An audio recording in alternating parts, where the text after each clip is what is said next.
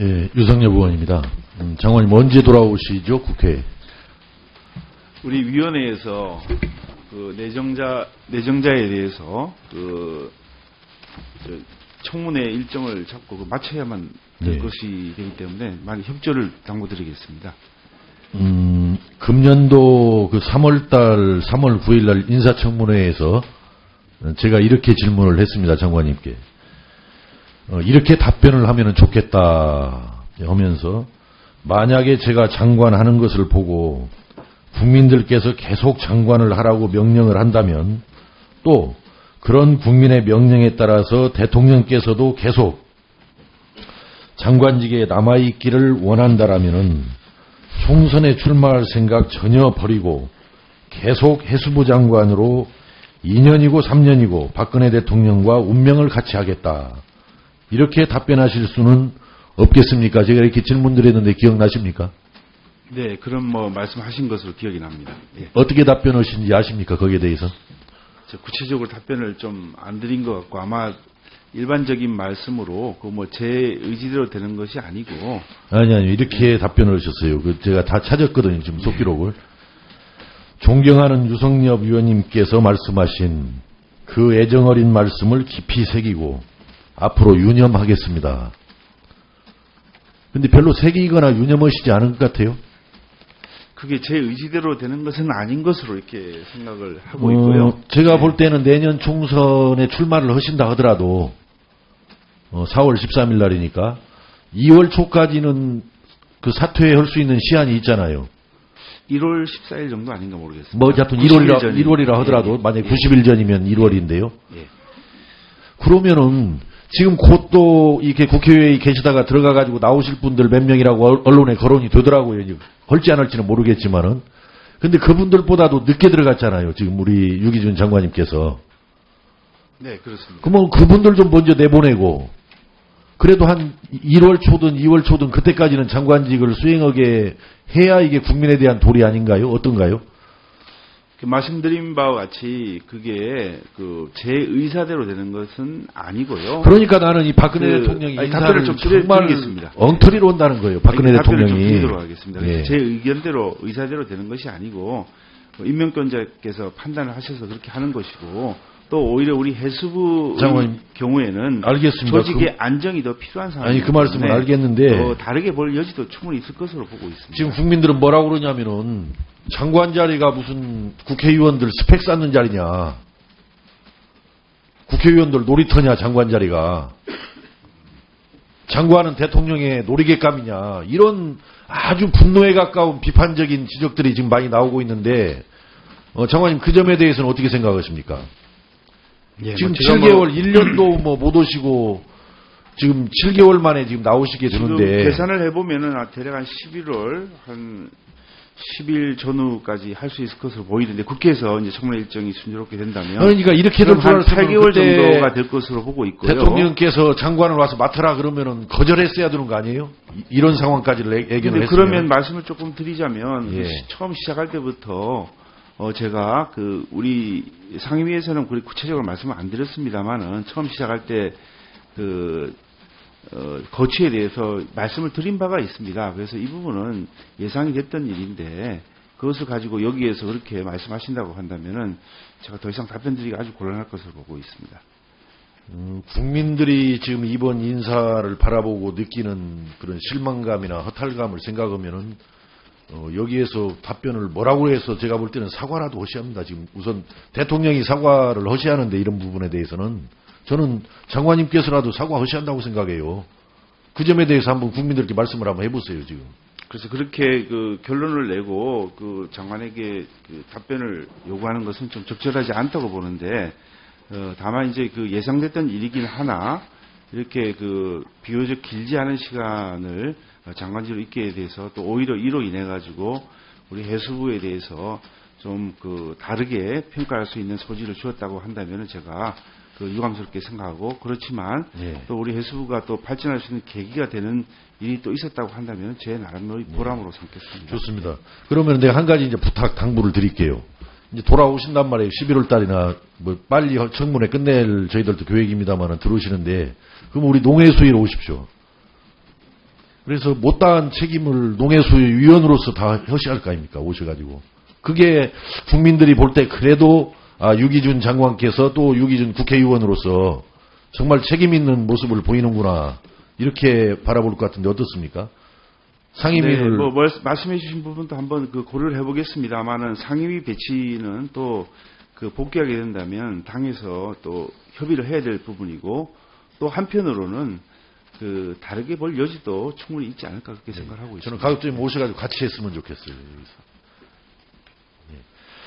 그러시고 말이죠. 어제 울산신항에 대해서 제가 삭감 검토 의견을 내서 또 우리 안효대 의원님까지 어제 전화까지 저한테 주셔서 내용을 제가 좀 자세히 살펴봤습니다. 울산신항 삭감 문제에 대해서.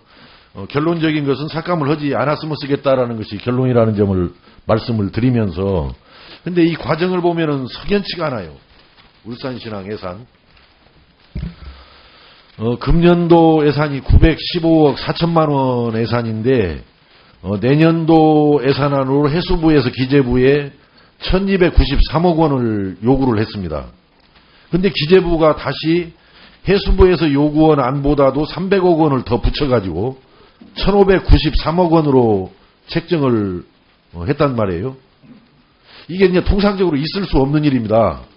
부처에서 기재부에다 요구했는데 요구받은 것을 통상 그대로 올려주면 아주 잘해주는 거고 삭감을 안 하면 아주 잘한 거고 뭐 좀 일부 통상 삭감하게 되어 있는데 이렇게 지금 올라갔어요. 올라갔는데 제가 지금 평소에 관심을 가지고 있는 새만금신항이 있습니다. 새만금신항. 새만금신항은 원래 한 700억 정도 요구가 있었는데 지금 부처 해수부에서는 534억을 반영을 했고 기재부에서는 거기에서 또 한 90억 정도를 더 삭감을 해가지고 444억 원으로 정부 예산에 편성을 했단 말이죠. 새만금신항은 요구보다도 대폭 한 256억 정도를 줄여서 정부 안에 세우고 울산신항은 해수부가 요구한 것보다도 더 올려서 300억으로 올려서 예산을 세우고 이거 지역차별 예산이라고 생각 안 합니까?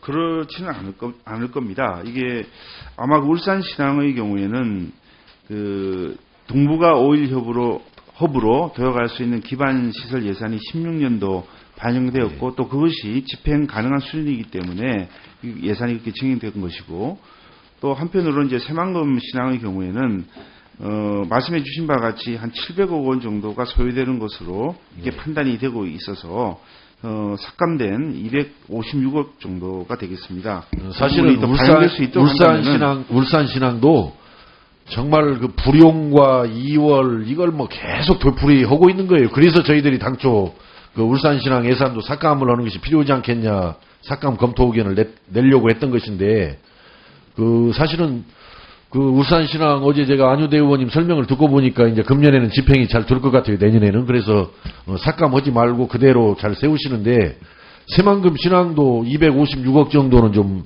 우리 국회에서 증액을 해야 되겠는데 장관님 어떻게 생각하십니까? 거기에 대해서. 네, 저희도 적극적으로 동의를 하고 있고요. 예. 이 국회 심의 과정에서 예. 256억이 증액 반영될 수 있도록 예. 알겠습니다. 아주 화려한 논리를 갖고 계신 유승현 위원님께서 적극적으로 지원해 주시길 바라겠습니다. 장관님께서 이렇게 시원하게 동의를 해주시니까 감사하다는 말씀을 드리고요. 이제 마지막으로 우리 특조위 예산에 대해서 질문을 드리겠는데요. 이것은 뭐 이제 장관님한테 질문 드리는 건 아니고 특조위원장님과 이제 기재부 측에 질문이 되는데 지금 기재부가 이 자리에 나오지는 않았으니까. 참 이거 예산 세우는 것 보면은 정부가 도대체 뭔 생각을 가지고 가는 것인지 지금 2015년도 1월 1일 금년도 1월 1일 날 특별법이 시행된 것은 맞습니다.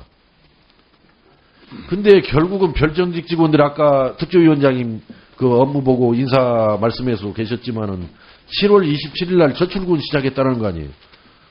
그리고 이제 지난 9월 14일 날에서 조사 신청 접수를 받기 시작했다라고 되어 있고, 또 ABB 예산 집행이 이제 8월 18일 날사 예산 집행이 지금 됐다는 거 아니에요? 그렇습니다.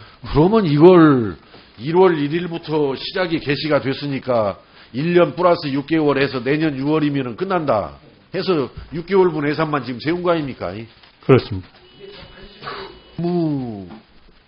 이게 한심은 정부입니다, 사실은. 지금 198억을 신청을 했는데 61억 7,100만 원으로 지금 6개월 상정해서 했는데 이게 어떻게 이런 생각을 가질 수 있을 것인지. 물론 이제 특별법 해서 우리 위원회 활동 개시 시점을 이제 명쾌하게 정리를 하겠습니다만은 저는 이 자리에서 여러 위원님들께 이렇게 제안을 합니다. 어차피 위원회의 실질적 활동 기간은 당초 특별법을 우리가 만들 때 상정한 바와 같이 적어도 1년 6개월의 활동은 보장을 해주는 것이 특별법 제정 취지에 맞는 것이다. 그렇기 때문에 특별법에 대해서는, 개정에 대해서는 금년간 이번 정기국회에서 그 개정이 완료되리라고 예상이 되고, 또 저희들도 그렇게 노력을 하겠습니다만은 198억을 다 세우세요, 예산을. 우리 상임위에서 애결위에다 넘길 때 198억 당초 특조위에서 기재부에다 요구한 그런 예산 198억을 전액 증액을 해가지고 애결위로 이걸 넘겨줘야 되고, 다만 그 중에서 하나 수정을 해야 될 부분이 하나 있습니다. 제가 여러 자료를 보니까 그 인양선체 정밀조사비 48억 9,100만 원, 이것은 해수부 소관에서 삭감해야 됩니다. 특조위에다가 아까 198억을 다 예산을 세워주면서, 그러면서 선체 인양 정밀조사비 48억 9,100만 원은 해수부 소관 예산에서 이번에 삭감을 해야 된다, 우리 상임위에서. 그렇게 해서 의결을 해줄 것을 건의를 드리고, 나머지는 서면 질의로 대체하겠습니다. 이상입니다. 예, 감사합니다.